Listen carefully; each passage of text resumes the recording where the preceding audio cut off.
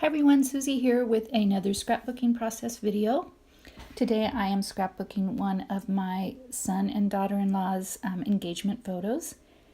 And you see here I'm starting out using some dimensional stickers from Provo Craft. I wished I would have looked on the packaging to see how old they are, but it's actually one of the very first things I bought at CHA when I opened the scrapbook store that we owned back in the day.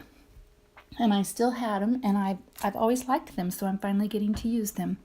You saw me starting out with a couple of different patterned pieces of paper that I thought I was going to use, and they just weren't working for me.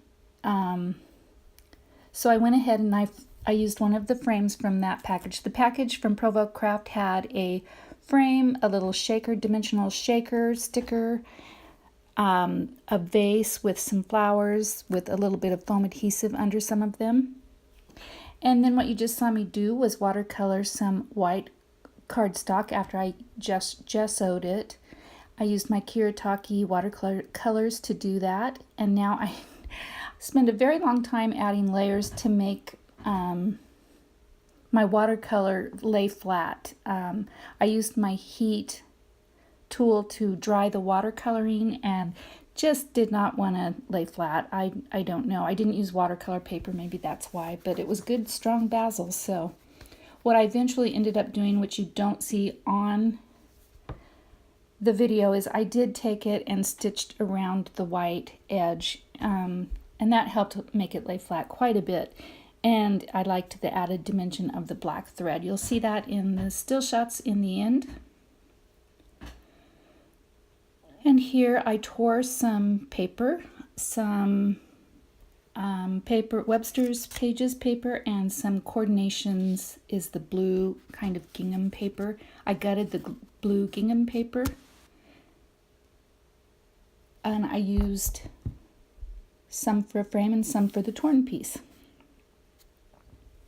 Now I'm just trying to figure out where to lay these dimensional stickers, and I fuss around with it quite a bit, and then I decided first I better figure out where my photo is actually going to be.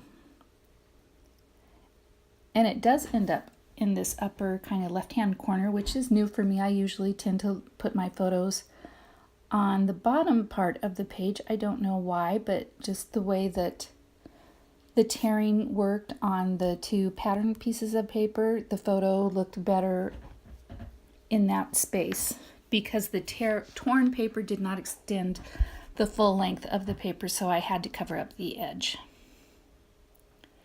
And here I am just placing some of those little flowers in the vase. And if you can't read it, the vase is kind of a type print that just says dream across it, as well as some of the flowers. And there was some foam dimensional adhesive on the back of these stickers, but honestly they were so old I ended up using liquid adhesive to stick them down.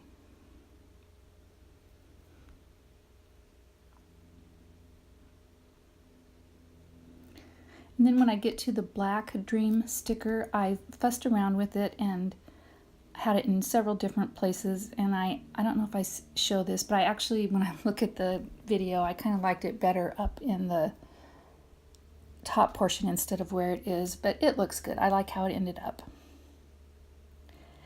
And here I am going to be working on my title. I'm going to be using those Felicity Jane black and white, just very lightly dotted alpha stickers. They're super cute, and some gray, very light gray Pink Fresh Studio stickers.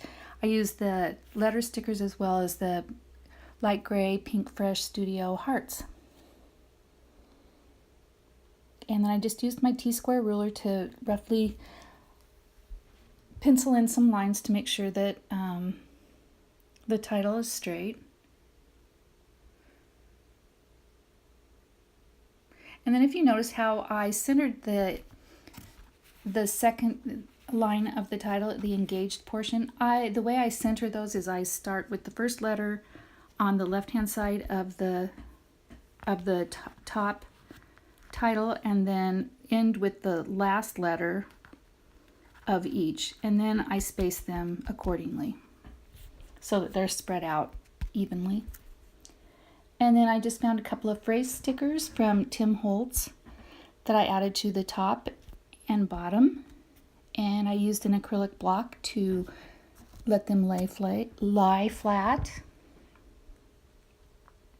And there I am adding the light gray puffy stickers. I started out thinking I might want to use the blue, but it was really much too navy, so I switched over to the gray.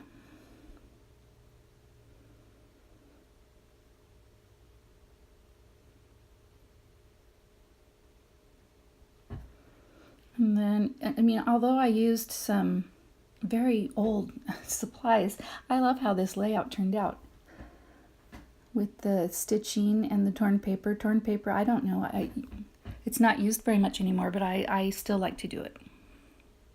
So I say do what you love. That's how I do my scrapbooking. And then here I'm just finally adding some black sequins from Lucy's Cards, and I think that's about it, guys. And then you'll see some still shots. Thanks so much for watching. I'll see you all next time. Bye.